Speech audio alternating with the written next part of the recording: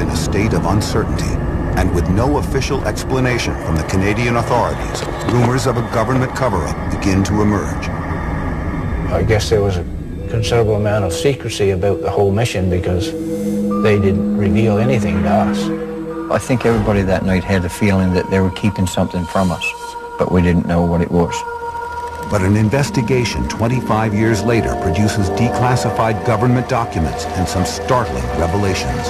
What bothers me about it is that we're being treated like children and we're not supposed to know this. It's one of those cases that defines UFO reality.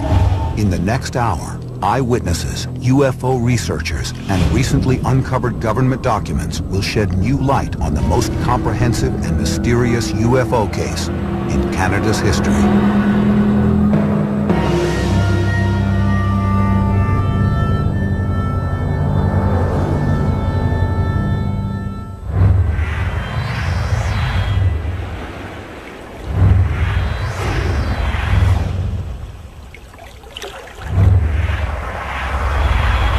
October 4th, 1967. Something unusual is happening in the skies over the Canadian province of Nova Scotia.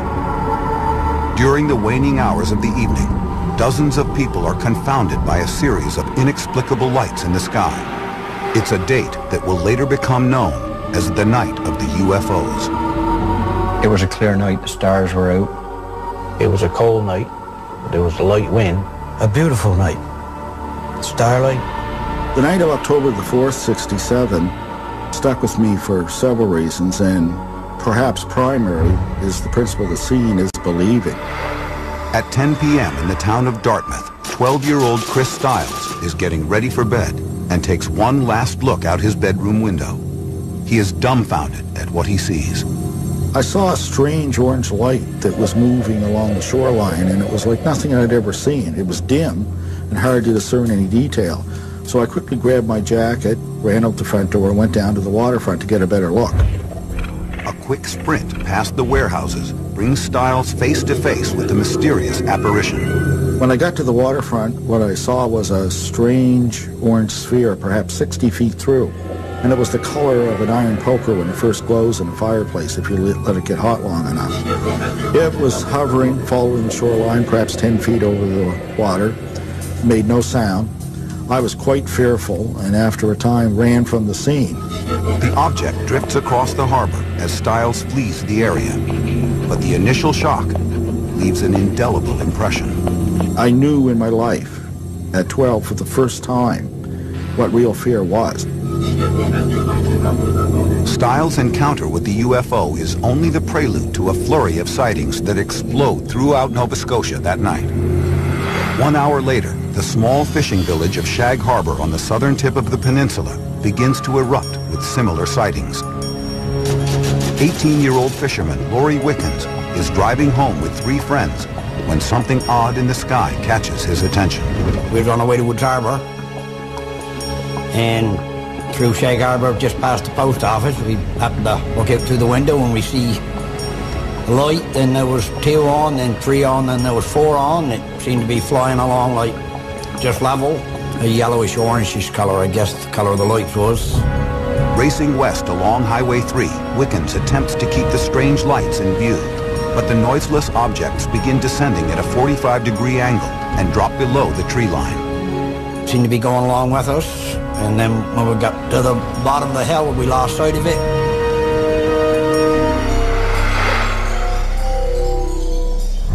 A few miles away, 18-year-old Norman Smith is riding home with a friend through Bear Point Woods and sees something similar in the sky. We were chasing the girls, and we were coming on our way home, and when we first noticed the lights in the sky. The sight of the strange illuminated shapes is enough to make them pull over and watch. We stopped alongside the road. I got out, was looking at the lights. It was stopped in midair. There was 5 lights. The lowest light to the ground was like if you were looking at a full moon, and then the next one just kept getting smaller, the next one smaller. There was no sound. You couldn't hear anything.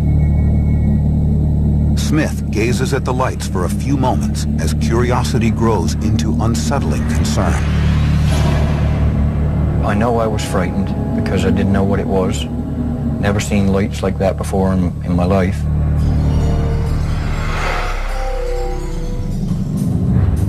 Down the road, Laurie Wickens and his friends are still in hot pursuit of the strange object. They suddenly see a bright flash and hear a whistling sound like a falling bomb. They believe it may be falling into the harbor, so they speed toward the waterfront. The minute we come over the top of the hill, we could see the light in the water. At the time, we thought it was a plane.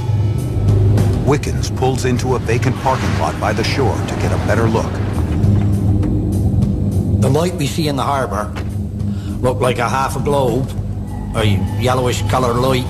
We could see it drifting down the harbor. That was the first thing coming to mind, is go call the RCMP and report that we'd seen a plane crash, because that's what we thought it was.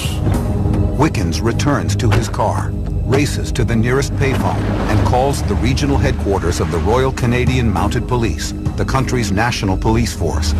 It is known throughout Canada as the RCMP. The corporal on duty answers the call at 11:25 and hears Wickens' excited voice. The Mounties wanted to know what we was drinking, and we said we wasn't drinking, and wanted to know the number for the phone booth. After listening to Wickens' story, the RCMP officer on duty is skeptical, but as soon as he hangs up, other calls start pouring in. The calls come in from nearby Bear Point, Cape Sable Island, and Maggie Garren's Point, all reporting the same thing. With so many witnesses, the RCMP has no choice but to take this seriously. We got in the car to leave, and then he called back and wanted to know where he could meet us so we could see it in the water. And I told him we'd be by the Moss Plant, because that's where it was, right off of there. Meanwhile, eyewitness Norman Smith is also busy alerting people about the mysterious object above the harbor. We drove up to my father's place, and I ran in the house, got my father, and he came outdoor. We stood looking at the lights in the sky, and it wasn't too long, probably a couple of minutes, when we see the police car coming and its red lights flashing. Smith follows the speeding police cruiser to a shoreside parking lot where a crowd of witnesses has gathered. When we got there was, I think, 16 people, including the police officers. And they were local people. They all seen the lights come down to the ground, and they watched it land in the water. Civilians and the RCMP officers on the scene observed the dull yellow-orange light drifting 300 yards from shore. It was totally dark. All you could see was the lights, and it was on the water. We watched the light for probably 10 minutes as it was drifting down the harbor. We walked to the top of the hill, and then the light just went out. It just disappeared. Everyone is convinced that they have just witnessed a plane crash. At 11:38 p.m., one of the officers puts a call through to the Rescue Coordination Center in Halifax, the branch of the Canadian military that organizes search and rescue operations. The Coast Guard cutter in nearby Clark's Harbor is also contacted. Lighthouse keepers in the surrounding areas are put on alert. I was on duty, just carrying out my regular surveillance of our navigational aids. Somewhere around midnight, when I first got a call that they were searching for something that had crashed in the harbor. Meanwhile, the RCMP officers improvise their own rescue operation. They begin contacting local fishermen to commandeer boats to go out to the impact site. As word gets out, local residents spring into action. Someone came to our door, and my husband jumped up and went to the door to see who was there. And it was a policeman. And he said that something had come down in the harbor, and they thought it was a plane. And they knew that his boat was at the wharf, and he could get there in a hurry. I was on my way home from babysitting, where I was picked up by a local resident there. He had some urgency in his voice when he said, you've got to go with me, because we've got to go search for possible survivors of a plane crash or something of that nature. We really didn't know what we were heading out for. All we could do was try to get there as fast as we could, and we were rushing. We went down to the wharf, untied the lines, and got the boats clear, and we left there as fast as we could to get to the area.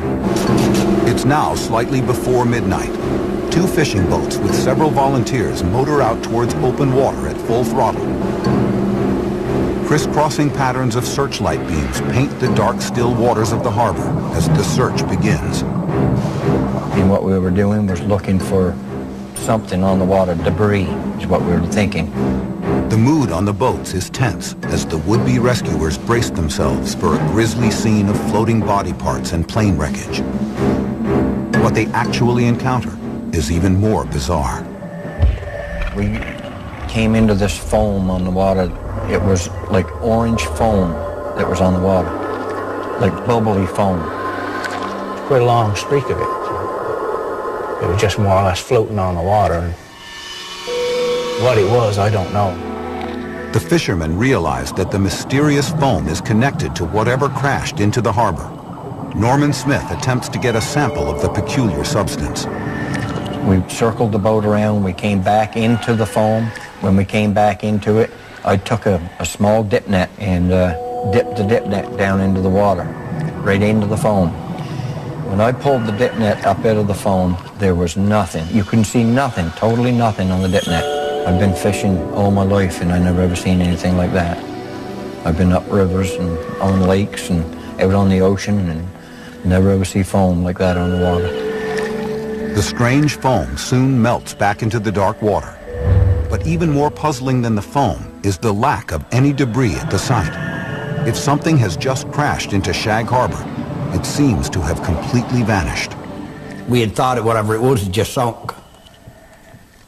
And I was, like you, kind of expecting to find some debris, but there was nothing. We were out there pretty near all night and circling around and looking for anything else that was on the water, any debris or anything, and we never found nothing. There was not so much as a tin can. The confusion among the fishermen in Shag Harbor is shared by the individuals back at the Rescue Coordination Center in Halifax. The RCC checks with the Air Traffic Control Center in Moncton, New Brunswick, and the NORAD Control Center in North Bay, Ontario, to determine whether any civilian, commercial, or military aircraft is missing. The reports of an aircraft crashing into Shag Harbor do not mesh with the data they get back. They realize that this is not a downed aircraft. None are missing. They're looking for something unconventional. They're starting to realize that perhaps this is some unknown object from space. The residents are certain that something fell into the dark waters of Shag Harbor, but no one seems to know what it is.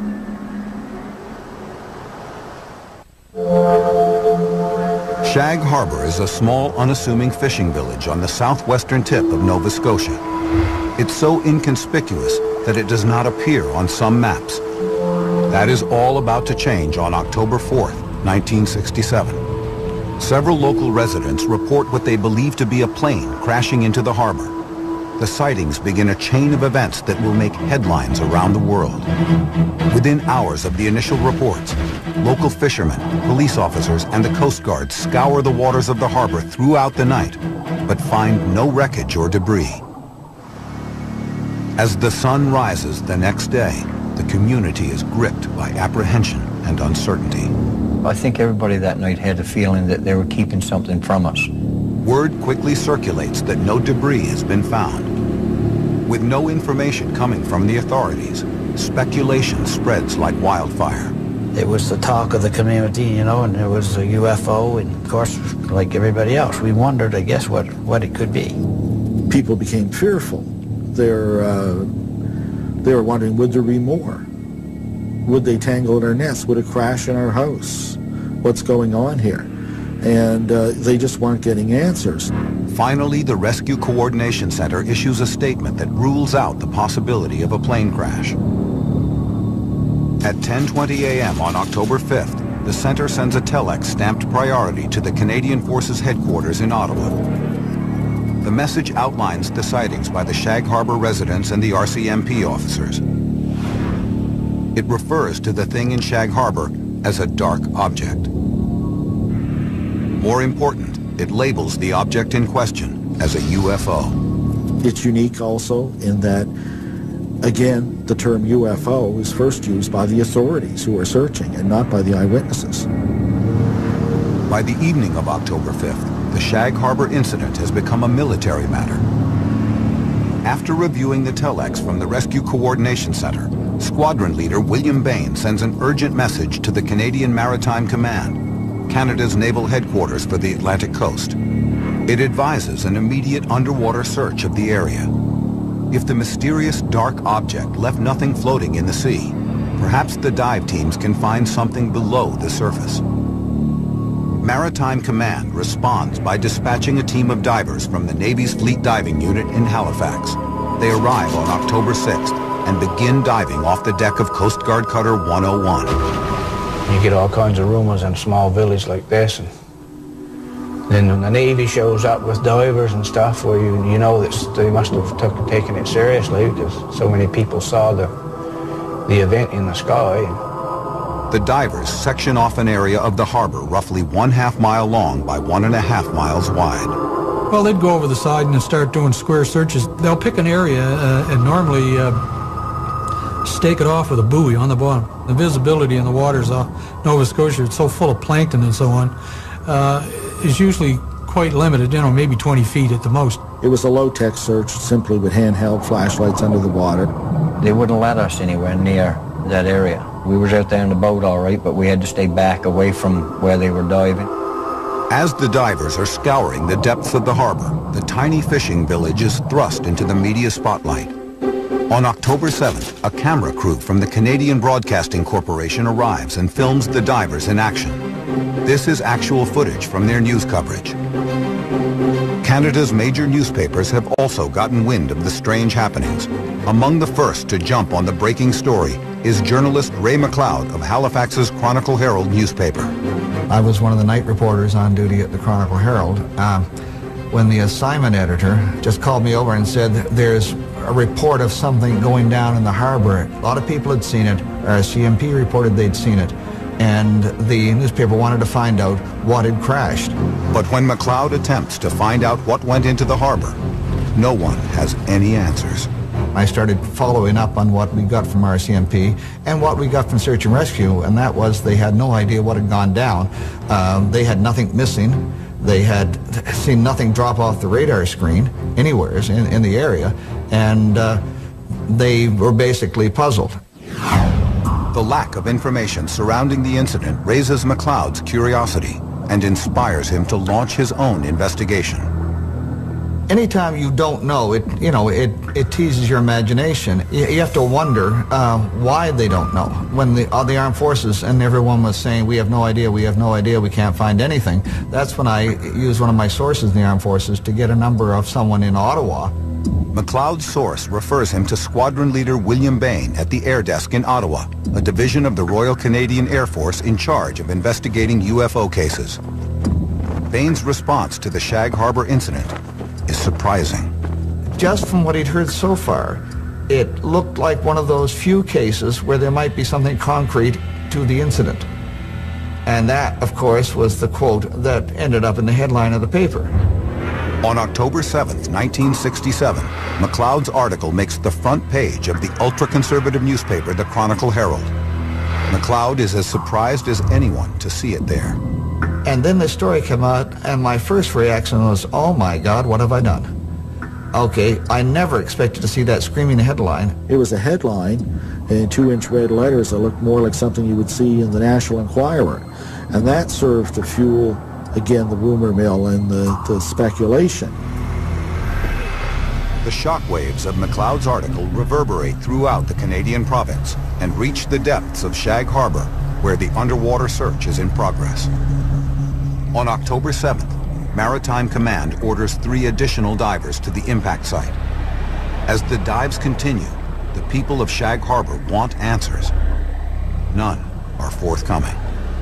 I guess there was a considerable amount of secrecy about the whole mission because they didn't reveal anything to us.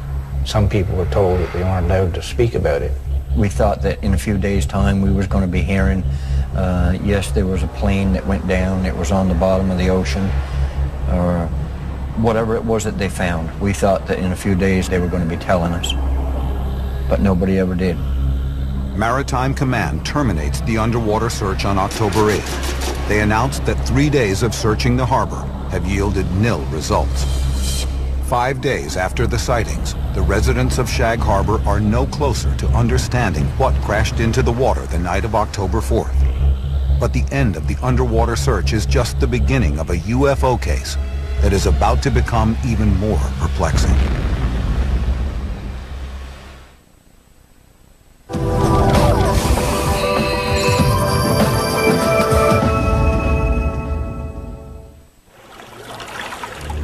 October 1967. After dozens of witnesses see something plunge into Shag Harbor on the southern tip of Nova Scotia, local fishermen comb the waters looking for clues, and Navy divers search beneath the surface. But the Canadian Navy abruptly cancels the search with no explanation, leaving the people of Shag Harbor to wonder and worry.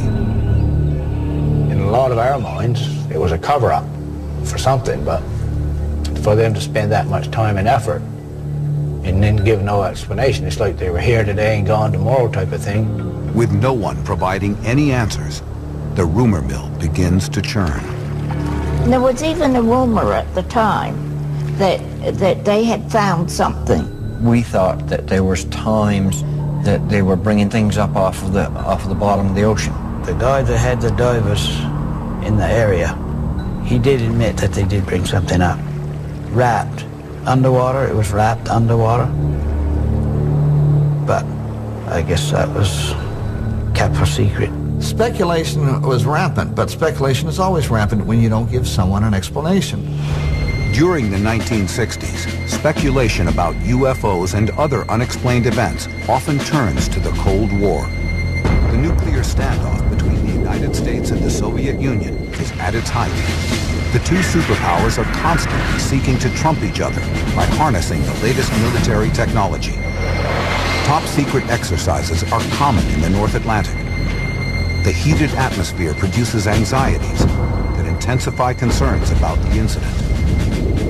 It was always in people's minds, and of course, you know, this is just a few years after the Cuban Missile Crisis and other things, so, you know, this added fuel to the fire. And then, of course, people start coming up with theories. Maybe it was a secret American device of some sort, a plane, a satellite that went into the water. Or was it a Russian object?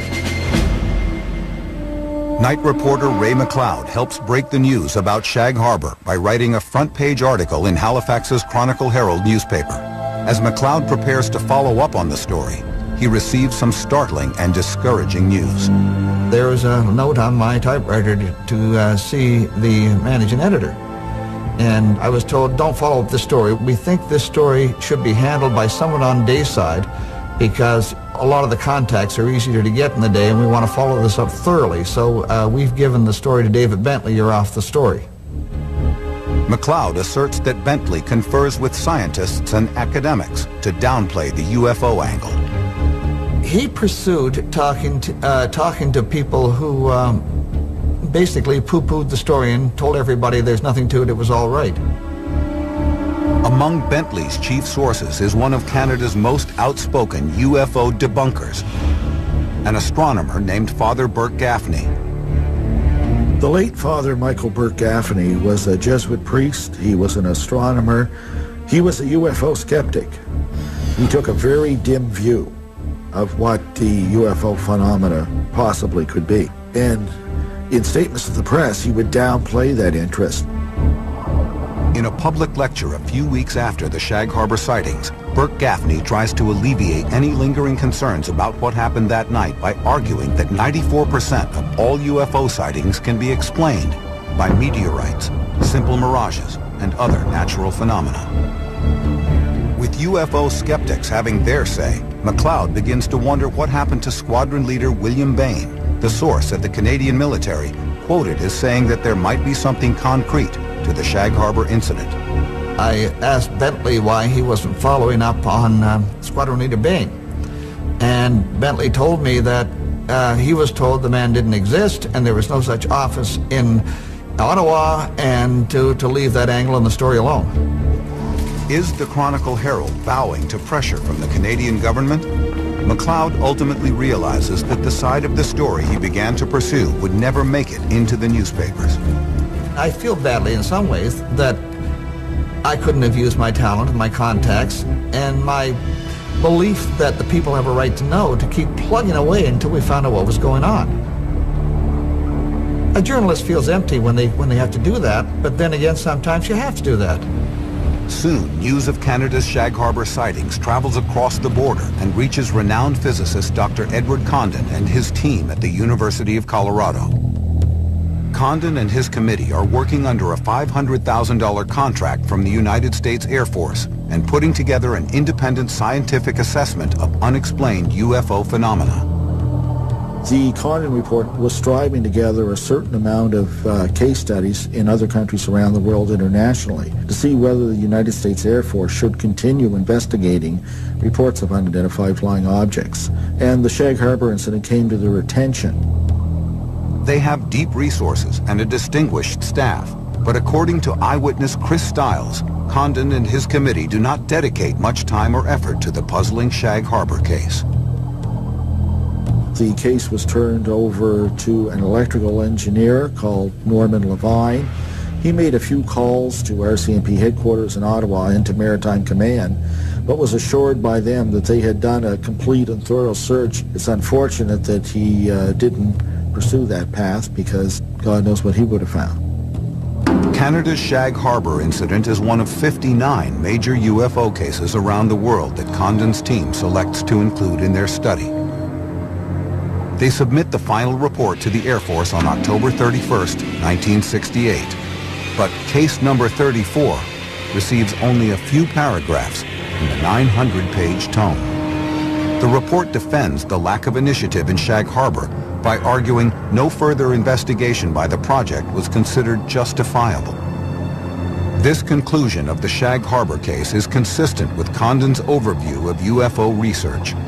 Our general conclusion is that nothing has come from the study of UFOs in the past 21 years that has added to scientific knowledge. I think one of the things that happens when a serious scientific study is carried out to look at the UFO situation in specific cases, there's often a criteria that's very formal and rigid.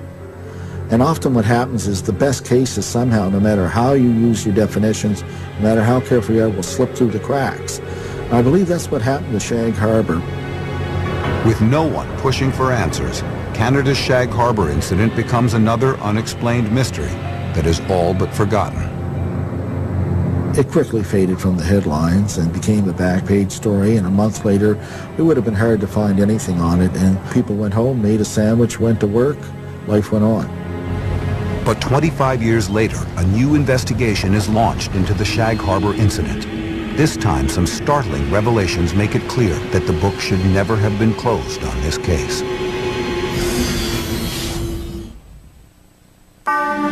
In October of 1967, over a dozen witnesses see a UFO plunge into Shag Harbor, Canada. 25 years later, unanswered questions remain. That's where it all took place, right out there. We knew that something came down out of the air and something landed in the water. But what it was, we didn't know. One of the other eyewitnesses that night cannot forget what he saw over the harbor. Chris Stiles had seen the UFO from his home in Dartmouth, Nova Scotia. In 1992, while watching TV one night, everything would change. I had watched a rebroadcast of the Unsolved Mysteries episode that dealt with the Roswell incident.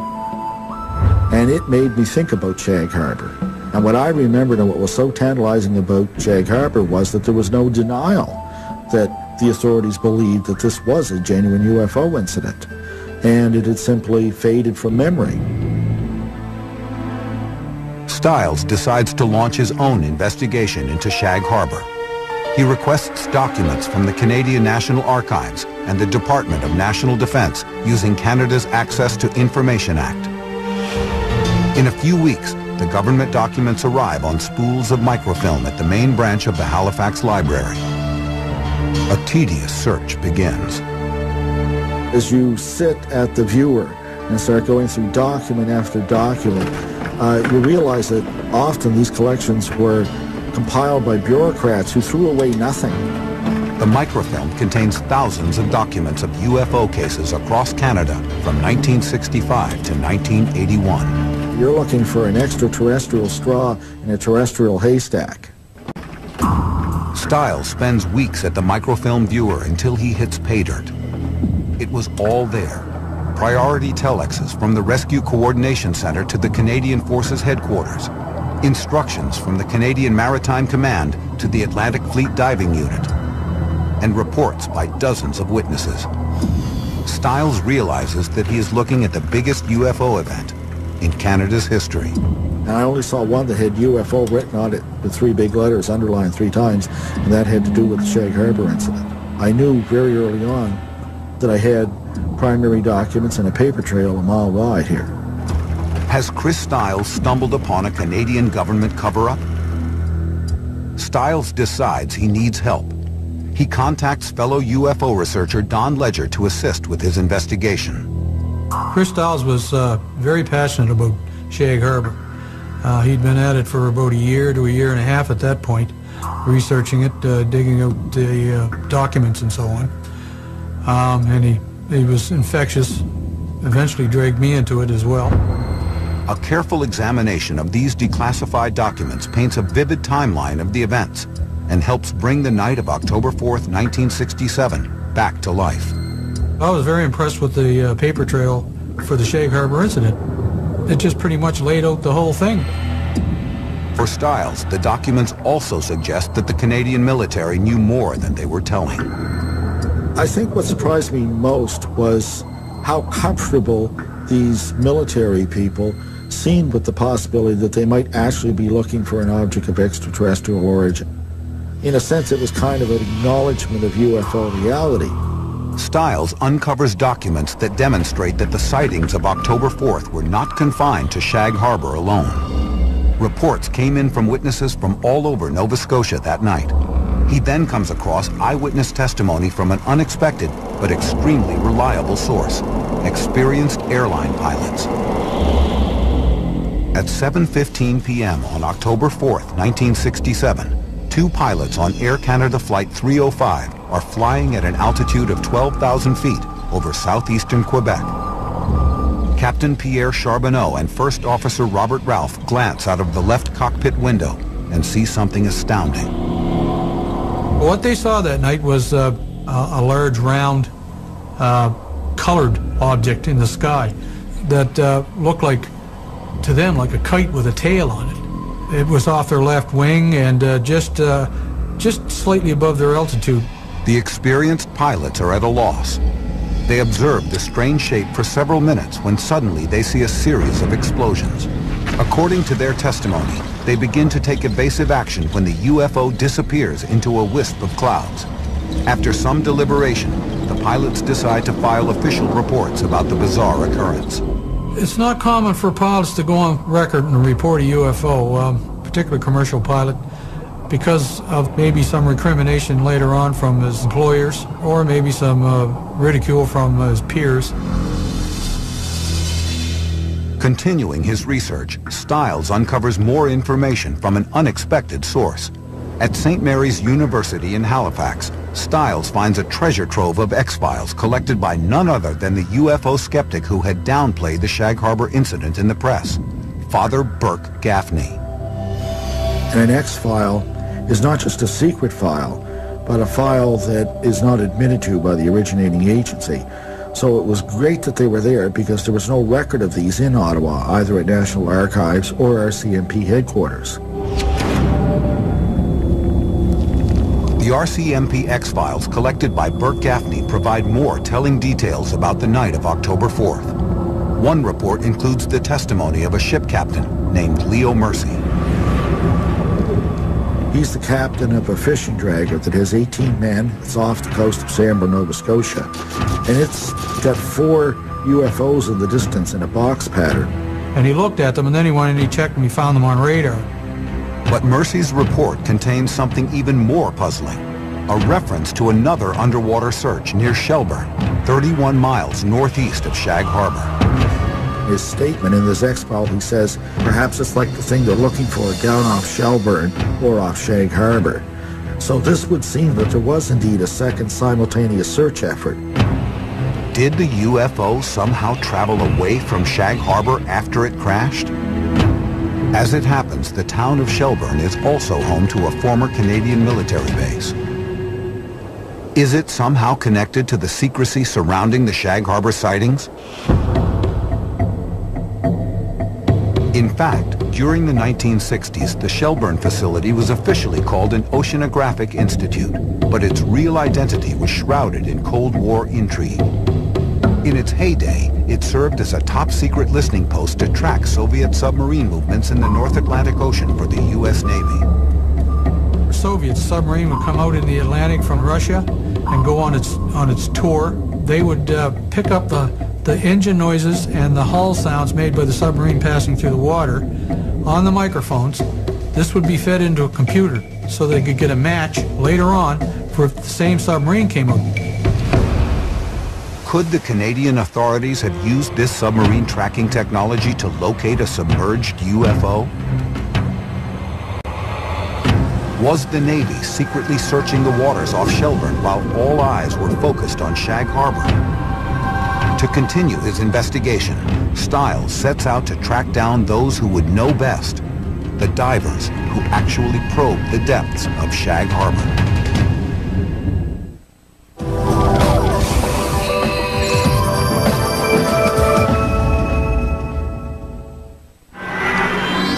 On October 4th, 1967, Chris Stiles was one of many witnesses who saw something strange in the skies over Nova Scotia.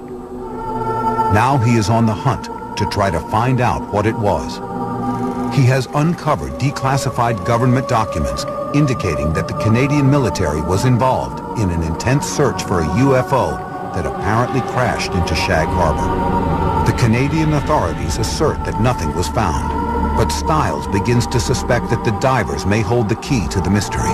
A number were unwilling to talk, but a few were. And they told a very interesting tale that went well beyond what was in the press clippings.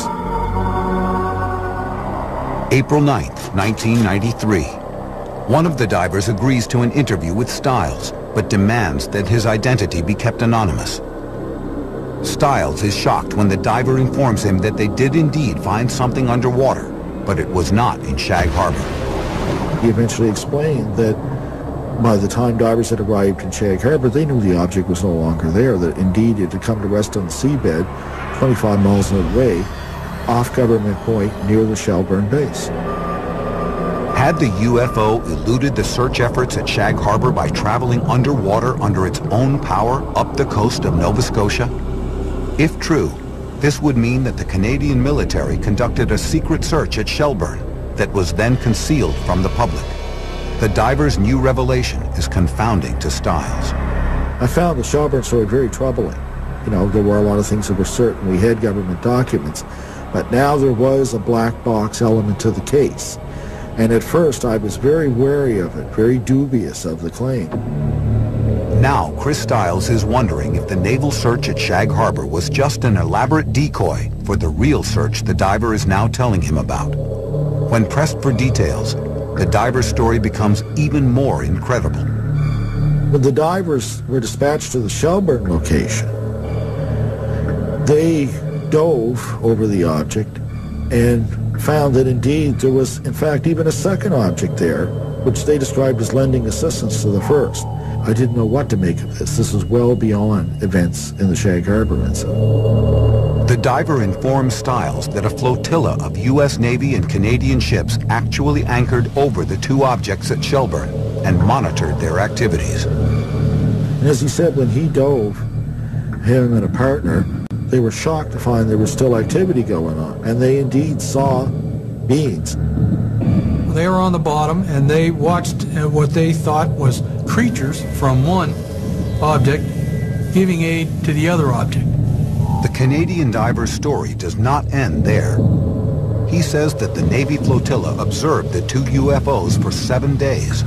Suddenly, the operation was interrupted by a Russian submarine crossing into Canadian territorial waters. At this critical juncture, the Navy ships were diverted to intercept the sub. They attempt to intercept the Soviet sub, trying to cut it off.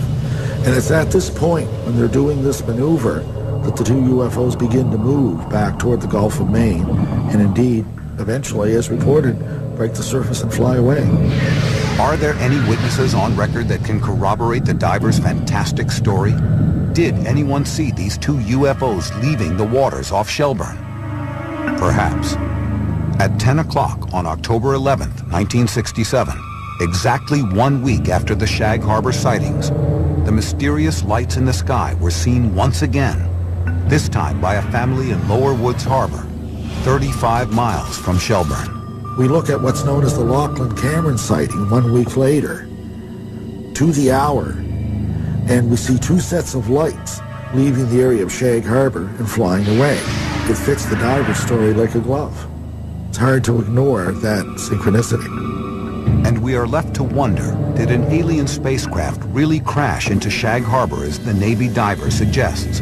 Or could there be another explanation? An important clue to that question may still exist if what one former lighthouse keeper says is true. The second day, I did find a cylinder. I knew it was something different, something I had never seen before. It was a cylinder type shape, 30 inches, 30 to 40 inches long maybe, 15, 18 inches in diameter. Had been partially burned, wires protruding, terrible odor. After finding the cylinder on the rocky shore of Bon Portage Island, Banks says he notified the Canadian Department of Transportation. They informed him to carefully pack the object and deliver it to an American naval officer at Prospect Point Wharf. It had to be something that they needed bad, wanted bad, because they flew him in from Virginia. Or that's just what he told me. But what was inside the cylinder that was so urgent and so secret? I was working for the federal government at the time, and I don't really feel comfortable answering it. It's an ongoing mystery that continues to invite speculation. For some, the evidence points to the secret military experiments of the Cold War. Third phase of moon.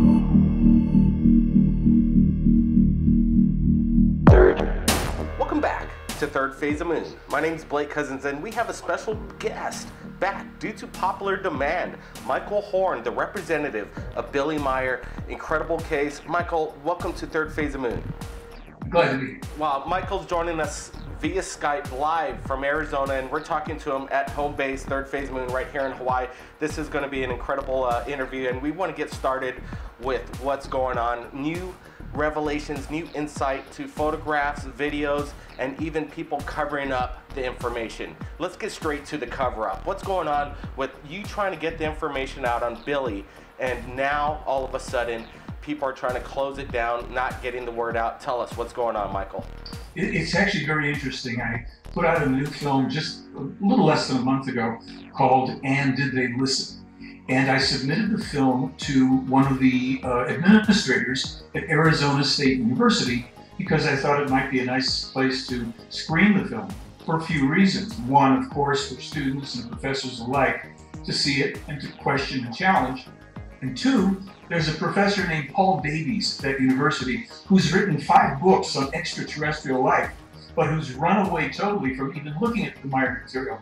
It probably would ruin his career a little bit. Okay, so I submit the film. Nice lady says, okay, I'll watch your film. And then she writes me back and she says, your film will not be shown or sponsored by anyone at ASU. What she said is, we're banning this film. We're censoring this film. Now, folks, you know that all sorts of things go down on colleges. That same college has some kind of a crazy class about using condoms. I mean, quite literally, I've got this on a blog. It's hysterical stuff. But she was so intimidated by seeing this film. She watched it over a weekend's time. She could not criticize one thing, but it's so obviously busted up her belief system that she has taken the step to ban the film. Well, let's Michael, let's share with everybody right now this this new documentary that you're going to be releasing, or it's released right now, but everybody at Third Phase of Moon, let's take a look at it right now and we'll be right back. It was a time when the people had created great turmoil, environmental catastrophes, and wars on their once beautiful planet.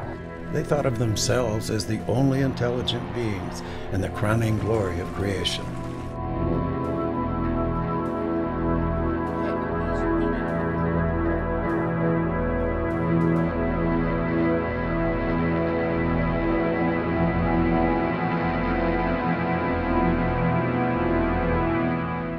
There are more advanced human beings than we are, and they're actually in contact with one man on Earth.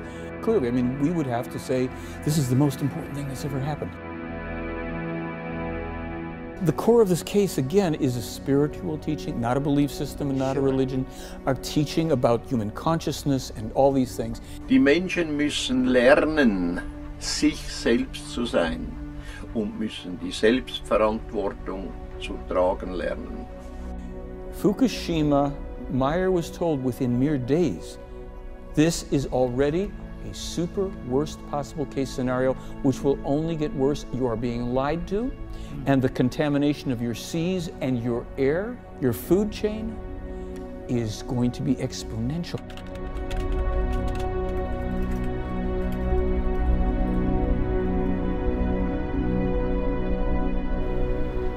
Okay, we're back. Now, Michael, why do you think they're banning this film? What's so relevant that they don't want to get the information out to the public?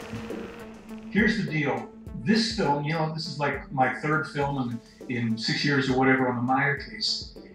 It is inescapably real. When you watch the film, we lay out so many things over 111 minutes that anybody can check out. And I know we're going to talk a little bit about the amazing wedding cake UFO that's been analyzed, the prophecy, scientific information. It's so solid that anybody, that has a strong religious belief system is probably going to go a little wacky.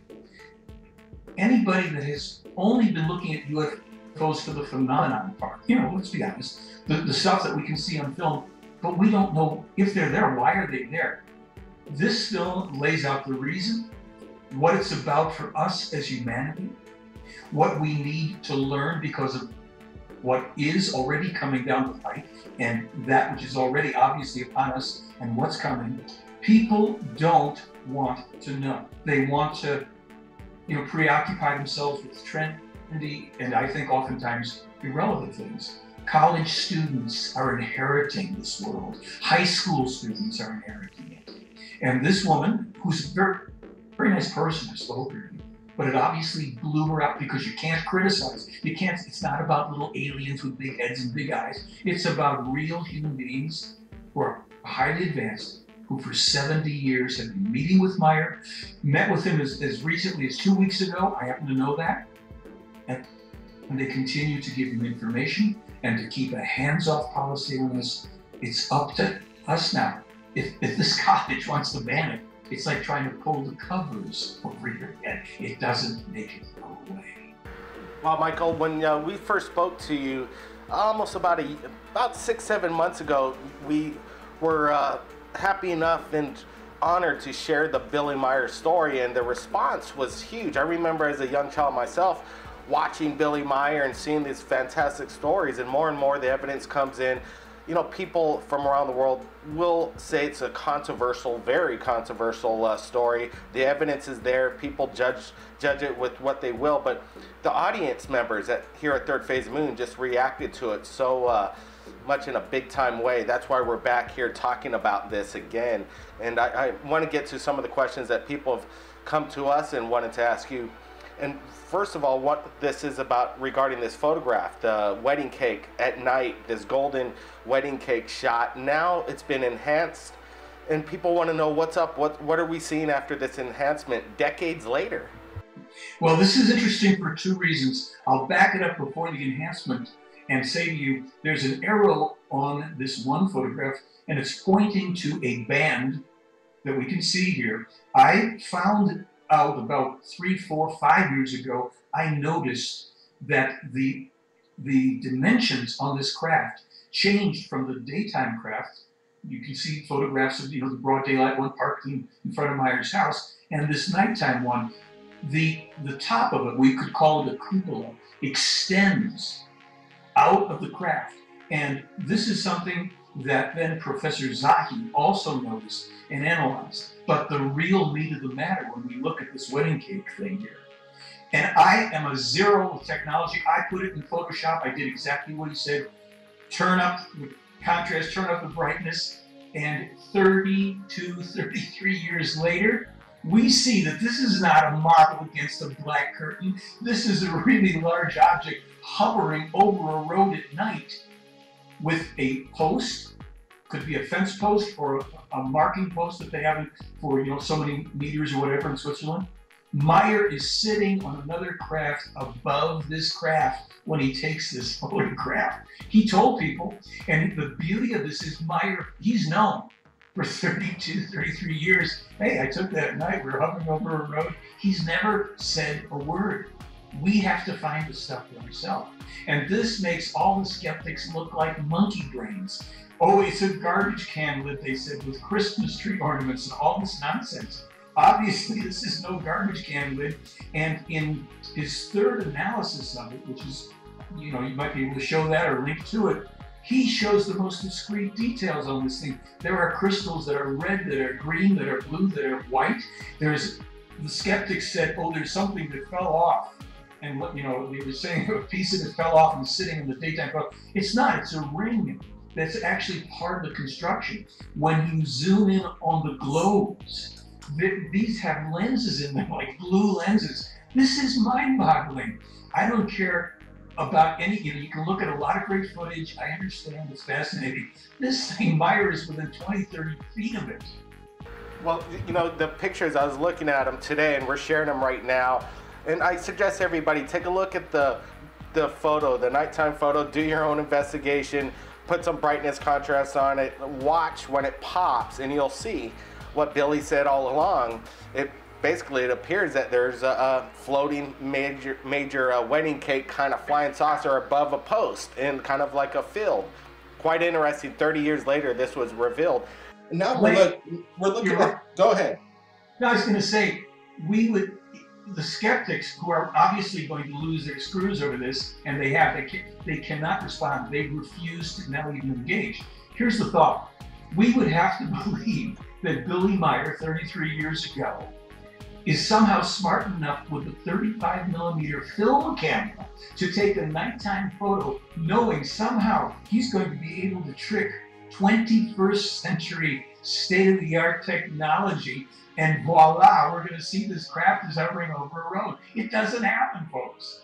This is one of 63 photos. And when you look at the video that's freely available on my site and through YouTube, 5 minutes of zooming in and out on a wedding cake ship, broad daylight. This is real. And he meets with these folks. They're human beings. They're not, there's no extraterrestrial presence walking around on Earth, with the exception of when these folks drop down on him once every few weeks, meet with him, talk to him, and he types out the contact, and then they're gone. There's no extraterrestrials working underground. All of this stuff that we've been told is the disinformation, and it's come from the UFO industry and the UFO community. Fine, let's look at everything. Let's see what we can learn from it. But people, the clock is ticking. These people have given us information to help us survive what's coming down the pike. Well, we just looked, as you're saying that, at some of these detailed photos, close up of the, people claim it's some kind of model or something like that. But, 30 years ago, this was, if it was a model manufactured 30 years ago, the detail that we're looking at here is why go out of their way to do it. It is quite interesting. The detail is spectacular, and the technique on whatever it is, it seems extraterrestrial in origin. Now let's get to these photographs. I love these broad daylight photographs of the saucer, like basically hovering around this tree. And this is one of the most amazing metallic broad daylight photos out there, pretty much the most controversial shots. Tell us about these, and what was Billy Meyer, when he's taking these shots, what was he thinking? With the wedding cake, are we speaking about? Yes, the wedding cake next to the tree, broad daylight. Go ahead. Right, and they are truly amazing photographs. He took them at various ranges of distance. When you do look at the video, you'll see him actually snapping some of the photos in that 5-minute video that's for free on my website. He actually has a little conversation during the video. He's talking to one of the ETs, asking him to move the craft, and the guy says to him no, because they always stop short of proving, so that it's okay, it's a slam dunk. I sent you another link showing the UFO going around the tree of film. That's been out there now for 49 years or something crazy, 39 years, whatever it is. And the weird part is the craft is in 2 places in 1 frame of film. There's no models involved. So to get back to the wedding cake ship, this is a craft that the Plejaren basically actually made just for using in the context here on Earth. And they actually had to take it out of operation because the metals started to have corrosion from our atmosphere. But we got 63 photos and a great video out of them. And of course, everybody, thought, oh, this is, as we said, it's got to be some kind of a hoax. Those detailed photographs that you show, those crystals, there's like 100 red crystals around. I mean, here's a one-armed guy. What's he going to do? Sit around and try to place crystals on a garbage can lid? The guy who did the best model of this couldn't even come close with the details. So extraterrestrial technology made by human beings who are way ahead of us, and they're not wanting us to focus too long on this, but they want to get our attention. So I think, to answer your question, a lot of it is about getting our attention, so we'll pay attention then to the information. Well, let's take a quick quick view of this documentary that appeared right here in Third Phase of Moon, thanks to Michael Horn. Let's take a look at it right now. Das Universum, das ist schon The universe is already very, very old, and everything took its time to come into being, even human life. The beginning is the cause from which the effect came about. It's the law of causality which has to take effect. Kausalgesetz, das wirken muss. Der Sinn des Lebens ist die Evolution. The meaning of life is the human being's evolution with regard to his consciousness. Was ist Gott, Billy? Gott, das ist eine imaginäre Gestalt, die die Menschen geschaffen haben. Billy, what is God? God is an imaginary figure which has been created by human beings so they don't have to bear responsibility themselves. Rather, they can shift it onto a deity. But God, in and of itself, is nothing other than a title for a human being who is very highly evolved. Gott ist also nicht das, was die Menschen irrtümlich annehmen. God is therefore not what human beings wrongly assume, that he is the creator of life, the creator of a universe, of space. God is nothing other than a title, be it Allah or Shiva, etc. Der versucht immer eine Macht über sich zu setzen. The human being always tries to set a power above himself, and he calls it God. This God or this power is supposed to be responsible for him and everything and anything that he says, does, thinks and feels, and so forth, and for his fate. Der Mensch ist für alles und jedes, das selbst denkt. The human being is solely responsible for each and everything he thinks, does, feels, and undertakes. He must be responsible for it. Muss das Positive und das Negative. He must bear and savor all the positive and negative which he processes through his thoughts, actions, and feelings. Special effect artists that worked on the movie Independence Day, you reached out to them to, share Billy Meier's evidence. What became of that, and what did they have to say? Tell us about the whole experience. Go ahead. Yes, it was a time that I was making the Silent Revolution of Truth, and my friend, one of my friends knew them, brought me to see them. They were, I think, at the time in Culver City. They're called Uncharted Territory. Volker Engel and Mark, and last name is escaping me at the moment. It's been probably about 7-8 years, whatever. Anyhow, they commented on this film that Meyer took, the first film that Meyer took in 1975, where the UFO is going around the tree. Now, many people said, oh, it's obviously a model on a string. It got known as the pendulum UFO too for a while.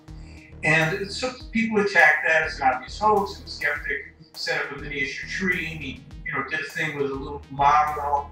Didn't do a bad job, but what just happened in the last couple of months is Professor Zaghi, who did all of the analysis on the wedding cake ship, decided to go over that film clip. And his findings actually validate what the effects guy said years ago. To really do that shot right and to fake it, you would need a crane and wires and all sorts of things pulling, and because it's not just an object that is dangling and spins around. Professor Zaghi showed, and of course it's linked from my blog, that the craft was behaving in very specific and unusual ways that completely eliminated the possibility of any string. The string would have had to have been shortened, lengthened, the focal point would have had to have moved, all sorts of stuff. Most amazingly, it appears that in a couple times in one frame of the film, you can see the craft in about 2 places in one frame of the film, somehow. And I think anybody that wants to, again, do what Professor Zaghi did, he tells you what equipment he used, and you can take the film clip and analyze it. That isn't my specialty. And of course, I'm really kind of tickled, if you will, that the 2 guys that own that company, the Academy Award-winning company, got it right. It's not just a dang little model. You would really need a crane, and you'd have to manipulate because of the way the thing turns, and wobbles, and backs up. So what we see at first glance, what we appear to see, isn't always what's really happening, what's really there. And that's what's so amazing about Myers evidence. There's a lot of these pictures and photographs and videos. It shows that this metallic disc, loves to hang out around trees. Is there a reason behind that, did Billy say? What he said, as I recall, he said, they wanted to just have the photos and films near objects that people could have a relationship to size-wise. They could tell, how big this other object, the craft, would be, because these would be known objects. Now, of course, people tried to jump on and say, oh, those are miniature trees. But years ago, forestry experts were given the photographs, and they said, we don't know what the object is, but those are mature, real 40-foot trees. How do you know that? Well, there's something called nesting that takes place at the tops of some of these trees. There's pruning marks where branches have been cut off. There's little details that just do not show up on models, because basically a model tree is made to look quote-unquote good. And these guys said right away, oh no, it's a real tree. It's full size, look at here. So that worked, except the skeptics kept on yammering about it's got to be models. I have a link, and maybe we'll be showing that tonight, where there's a video, and Meyer and a Japanese film director walk up the hill to where the tree is, with the most famous one of them, of the shots, called the Sunshine UFO photo.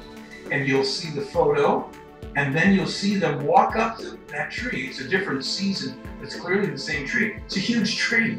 And so there's no way that some little model could have been put up there, This just takes common sense, patience, looking, thinking, and then you get someone like Professor Zaghi, who starts ripping through these things with real state-of-the-art technology, and he's got those videos he made on the analysis of the wedding cake craft.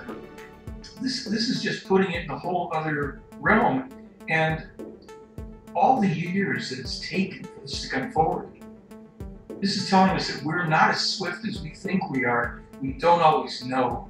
That's why I titled my article, Can You See What You're Looking At? Well, it's quite interesting. People become experts in things that they don't understand overnight, and that's a situation we have to deal with at Third Phase Moon all the time. There's these metallic disc videos that we receive on a monthly basis of really good, great UFO video, and sometimes they have this pendulum effect or like a wobbly action going on. But in Bob Lazar, he apparently worked at Area 51, and a lot of scientists that we've spoken to in quantum physics and all this, that they say when there's anti-gravity in that kind of state and it's in a hovering state, that's a kind of a natural reaction. It's when they get to great speeds is when they start to stabilize. That's what they're all about. The design is about high-speed travel. And then, right. Go ahead. Well, a lot of what is being seen and filmed and photographed is not extraterrestrial. There are a number of terrestrial groups that have advanced craft. They're not interplanetary, but some of it is anti-gravity, and some of the stuff has existed for decades. This is where people that are only going to focus on the phenomena are not going to get their bang for the buck. You can only go so far with stuff that flies around. The Meyer case gives us the reason for contacts, and I wouldn't care if there were 30 or 300 other genuine, authentic contactees. There simply aren't. They can't prove it. Lots of good footage nowadays because there's lots of testing of military craft, and there is an extraterrestrial race whose craft are sometimes seen around the world and photographed, and who are not the play around. They're a race that's only observing us at this time. They're not contacting. All right, Michael, everybody wants to know when, if ever, are we ever going to get to speak with, Billy Myers? Well, Billy just turned 77. I'm a little younger than he is, but he speaks mainly German, very little English now. Even when I go over there, I have to bone up with my almost non-existent German to talk to him. He gives me a break when I've run out of words. He'll speak to me a little in English, but he does no more interviews. He's let us come over to film him. We have another shorter film that'll be coming out in a couple of months where he answers questions about the spiritual teaching. It's very interesting. And we, of course, have a couple clips in this film and another film I have out. But his attitude is, look, I've written 26,000 plus pages of information. If we could sit down and have a conversation together, we won't learn as much in an hour with him as we can if we just sit there and voraciously go through the material. Think about it, question it. That's the way it is with good information. It's why you can go to a college and you get a lecture or something, but you've got those books. You see what I'm saying? So, sure, it's great to talk to Billy, but he's just, really, being with him is just like being with another guy. The difference is that maybe 15 minutes or 20 minutes before I sat down to talk to him, he's had a meeting with some of the extraterrestrial human beings, and they were doing work, and to them it's not a big deal, but they're not going to interact with us. So, what can I tell you? Is there any new message for anybody around the world listening right here at Third Phase Moon? What's the new message from Billy Meyer coming out? Well, the new message, there's some new information, but here's the plain, real truth. Within a week after Fukushima, and we go into this in the new film, and did they listen? Meyer was told that this was already an ultra, super, worst possible case scenario. The contamination already flowing out within the first several days had already reached Europe, the radioactivity. That's more than 2.5 years ago.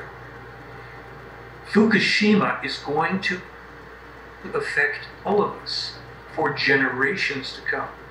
We have to understand this is not going away simply because it isn't in today's news report, although it will, it is somewhere.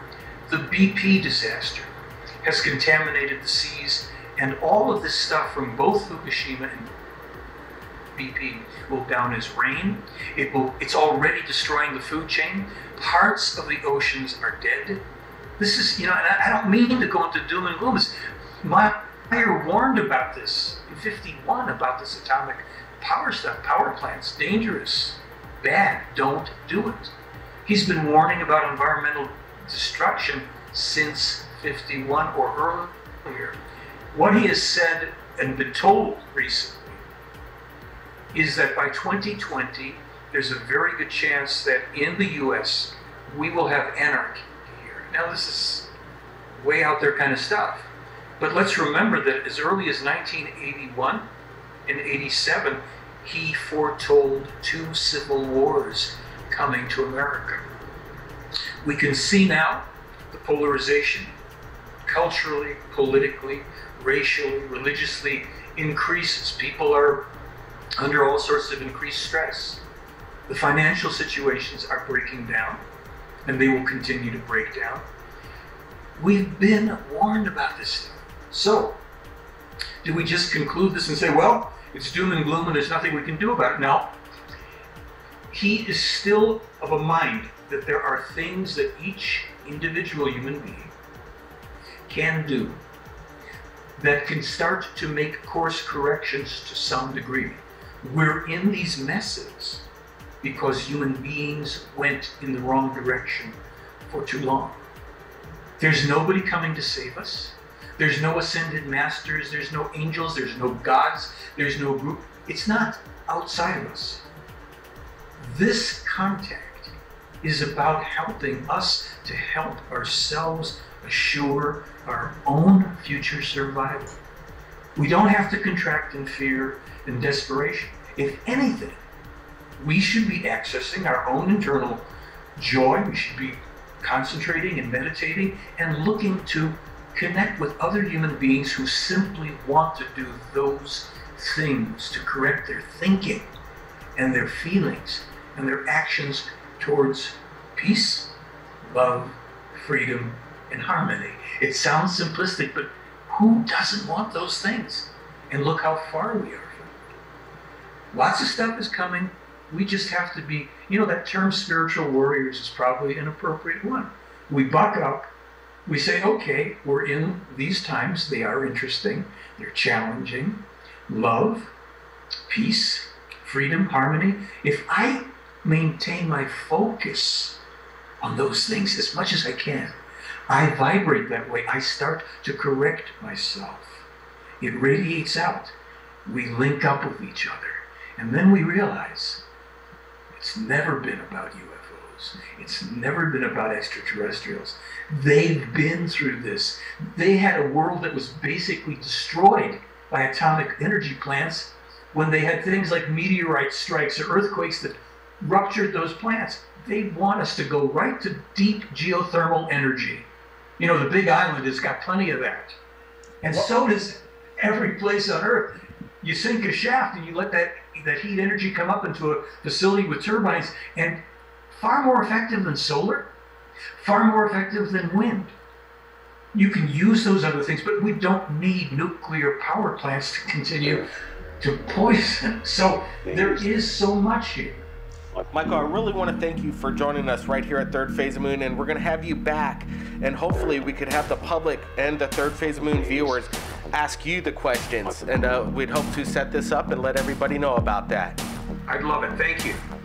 All right, Michael, and if anybody out there has captured anything incredible like Billy Meier, hey, you can send it to Third Phase of Moon via Skype or Facebook, and also check out the link below and watch the full-length feature right here at Third Phase of Moon, the Billy Meier story, full insight.